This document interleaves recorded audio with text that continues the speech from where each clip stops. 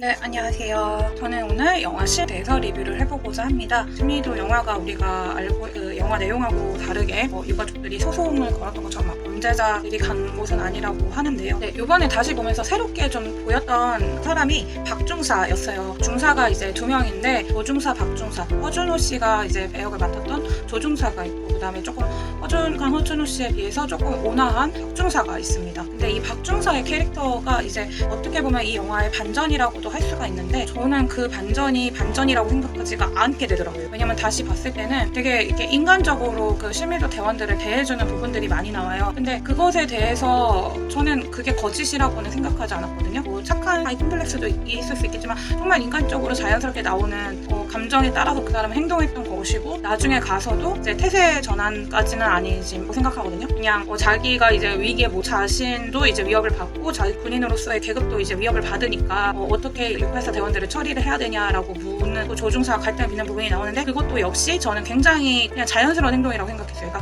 그 사람은 누구보다도 자기의 감정에 따라서 행동하는 사람이다. 그래서 솔직하지 오히려 가장 솔직한 사람이 아닐까라고 생각을 했어요. 지금 아직 태어나지도 않은 아기도 있고 역시 그 아이를 위해서 그렇기 때문에 내 마음이 원하는 그런 식으로 행동을 한다 생각을 해서 조금 이 박중사의 행동이 조금 다시 보이는 오히려 굉장히 솔직한 사람이었구나 생각이 들었습니다. 그리고 되게 또 재밌었던 게 이 상필 역을 맡은 정재홍 배우의 상필 역이었는데요. 제가 이 영화를 본 지 거의 30년이 다 가는데도 그 단어가 계속 생각이 났어요. 유똥. 어머니 설경구 배우가 맡은 인찬의 어머니 사진을 보고 이 한부 유똥이지 우리 엄마도 이거 입어서 내가 기억이 나 막 이러면서 그 얘기를 한단 말이에요. 그 단어가 되게 저도 되게 인상이 깊었고 어머니에 대한 사랑과 되게 이 사람들도 되게 그런 마지막에서 표현하는 막 범죄 무리와 무장 공비와 막 그런 괴물들로 마지막에는 처리가 되고 그려졌었잖아요. 헤드라인에도. 근데 그거와는 달리 굉장히 그냥 보편적인 우리 주변에서 볼 수 있는 어머니 한복을 기억하고 그렇게 어머니 한복을 더 해드리고 싶어하고 어머니를 그리워하고 그냥 시장에서 그렇게 옷을 좋은 옷이라고 생각하는 옷을 입고 싶어하는 우리 주변의 그런 일상적인 사람들이구나 라는 것을 표현한 그 단어가 바로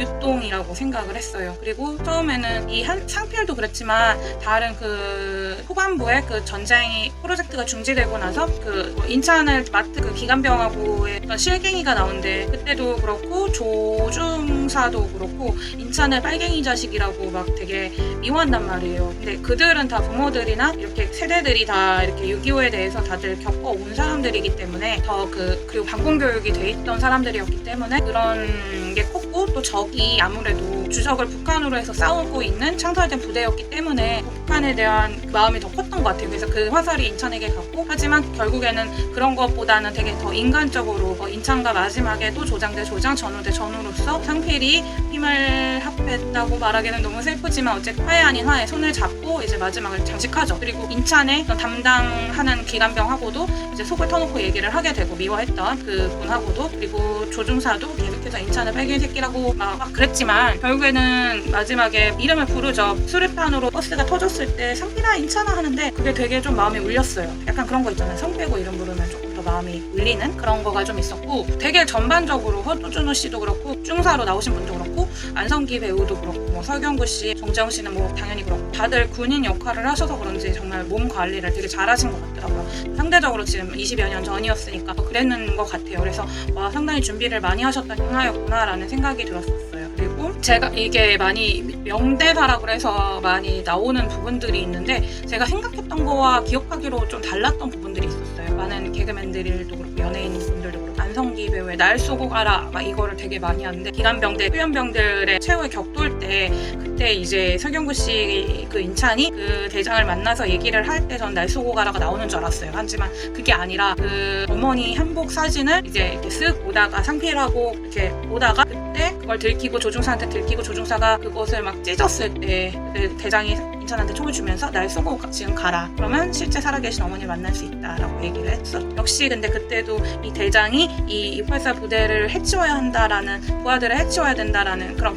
인간적인 갈등과 군인으로서의 상명하복에 대한 갈등이 좀 묻어나서 그런 약간 어떻게 보면 비이성적인 얘기를 했던 것 같은데 누구보다도 그 사람의 그 당시의 감정이 잘 묻어났던 대사라고 생각을 했습니다. 그리고 회자되는 것 중에 하나가 이머니 배우가 맡은 이 친구가 있으니까 이 친구 물때 시간에 나가서 인근의 학교 선생님을 강간을 한 사건이 있는데 거기서 난 해봤다고, 난 여자랑 해봤다고 그러면서 이제 그 당시에 이렇게 그 시미도 684 대원들이 성욕을 어떻게 풀었는지에 대해서도 막 얘기를 하는 부분들이 나와요. 근데 그거는 어떻게 보면 이들의 잔혹성을 보여줄 수도 있고 그런 생각도 들었는데 또 내 생각으로는 뭔가 청년들을 이렇게 뭔가 기약 없이 그들의 모든 걸 포기하게 하고 여러 가지 그런 거를 꿈과 희망, 욕구를 포기하게 하고 여기에 둔 것에 대한 어떤 안 좋은 면, 그것에 대한 부작용 그런 것들을 되게 보여준 장면이라고 생각했었어요. 좀 보기 많이 힘들었던 장면이었던 것 같습니다. 그리고 나도 이 임원희 씨 말고 다른 또 강간하려는 그 역할 배우가 이제 우리도 이러고 싶지는 않은데 이럴 수밖에 없다라고 얘기를 하더라고요. 아무튼 좋은 장면이었던 것 같아요. 네, 그리고 마지막으로 해안가를 따라서 이들은 원래 그냥 이렇게 단색 민무늬 옷을 입었는데 울긋불긋한 어떤 정식적인 기관병들의 옷을 입습니다. 이 장면이 마지막으로 죽을 때는 내가 군인으로서 인정받고 싶다라는 그 욕구를 드러낸 것 같아요. 베레모까지 정말 반듯하게 쓰고요. 물론 그렇게 위장을 하려는 거일 수도 있겠지만 저는 완전무장은 어차피 들킬 거였지만 이 사람들의 어떤 자아를 실현하고 싶어하는 군인으로서의 인정받고 싶어하는 모습이 이 군복을 이렇게 똑바로 예쁘게 입었다라고 생각을 했습니다. 그리고 조금 여담이지만 처음에 저는 안성기 이 대장이 거의 사형수로 몰린 연좌이자 때문에 사형수로 더 가중처벌을 받게 된 인천을 찾아갔을 때 이렇게 인천에 대해서 조국과 일을 하면 이 연좌제도 해결될 수 있을 것이다 라고 설득하는 부분에서 저는 의외로 언제 편이지? 해리포터에서 6편이었던 것 같아요. 6편에서 덤블도어가 어린 볼드모트를 찾아가는 부분이 약간 떠올랐었던 것 같아요. 그래서 물론 악의 정도와 선의 정도가 모두가 다르고 역할도 다르지만 어떤 희망이 없는 청년 혹은 소년에게 어떤 조금 믿을만한 어른이 가서 희망적인 메시지를 던져주고 너가 앞으로 할 역할이 있고 너는 이렇게 할 수 있는 사람이다라고 해주는 그런 장면이어서 카메라 어떤 그 구도나 그 그림의 해리포터를 떠올리게 하는 그런 느낌이었습니다. 네, 포스터를 조금 집중해서 보는 편인데요. 포스터 카피가 이름도 없었다, 존재도 없었다, 살려둘 이유도 없었다 였어요. 근데 이게 누구의 쓴 건가? 마지막 장면 이제 캐비넷에다가 이 심의도 어떻게 보면 사건을 적어놓은 조사 보고서를 캐비넷에다가 넣는 부분이 나오는데 그것에 대해서 그 캐비넷을 이렇게 방치해 둔 사람들의 어떤 시각인 것 같았어요. 그들은 어쨌든 이름이 없는 건 아니지만 이 이름이 없다라는 거는 주민등록 말소를 얘기한 거고 그 다음에 그들이 그 중앙정보부나 공군 측면에서는 이들의 이름을 모르기 때문에 그런 느낌도 있는 것 같아요. 우리가 아는 사람과 모르는 사람의 기준이 이름을 아느냐 모르냐도 있잖아요. 내가 직접 아는 사람이 아니니까 그들을 죽이고 이런 것에 대해서 더 쉽게 생각을 했었던 것 같고 그렇기 때문에 한 명 한 명의 존재가 아니라 하나의 사건, 없애야 될 이슈고 생각을 했던 것 같아요. 그렇기 때문에 살려둘 이유가 없다. 처리를 해야 된다. 존재가 마치 없었던 것처럼 해야 하는 것에 대해서 마지막에 그것에 대한 반발이 이제 이들이 나와서 버스로 이제 청와대로 진격하게 된 원인 중에 하나가 됐다고 생각을 합니다.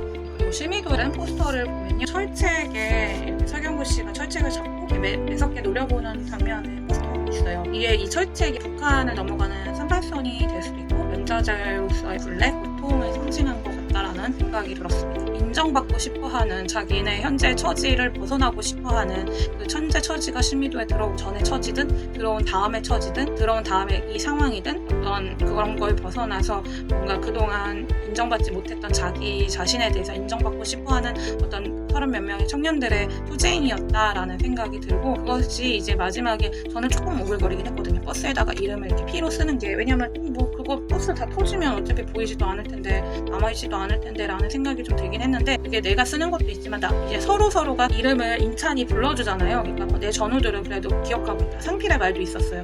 야 우리 저 새끼들은 못 만나고 뒤졌으면 어쩔 뻔했냐 라는 부분도 나오거든요. 그런 것처럼 서로가 서로를 우리가 기억하고 있다라는 식으로 마지막을 장식하는 것 같아요. 기억해주길 바라는 국가 권력에 희생된 사람들에 대해서 좀 더 막 애도하는 마음을 갖게 되었고 슬펐어요. 국가 권력이 뭔가 공을 위해서 대의를 위해서 누군가를 희생시켜야 된다라는 것에 대해서 그런 식으로 접근한다는 것 자체가 굉장히 좋지 않은 희생될 사람은 아무도 없다. 대의를 위해서 희생을 전제로 하면 안 된다는 생각이거든요. 저 같은 경우는. 그래서 또 해리포터 얘기인데 해리포터에서 덤블도어가 예전에 그린델왈드랑 같이 얘기했던 게 더 큰 선을 위하여였거든요. 더 큰 선을 위하여는 조그만 희생도 감수할 수 있다라는 거였는데 그것에 대한 저도 좀 반감이 있기 때문에 이 영화를 보고도 국가의 어떤 뭐 평화 묻은데 이걸 해칠 거냐 이런 식으로 얘기가 나왔어요. 물론 조금 해쳤을 수도 있겠. 그것이 조금 지연이 됐을 뿐이지 어쨌든 대한민국의 이름으로 살아가고 있는 국민을 그래도 30몇 명을 해칠 정도의 어떤 가치, 그러니까 뭐 그만한 가치일 수도 있겠지만 그리고 이 모든 국민들을 위한 것인데 꼭 그래야만 했을까라는 여러 가지 생각이 들었습니다.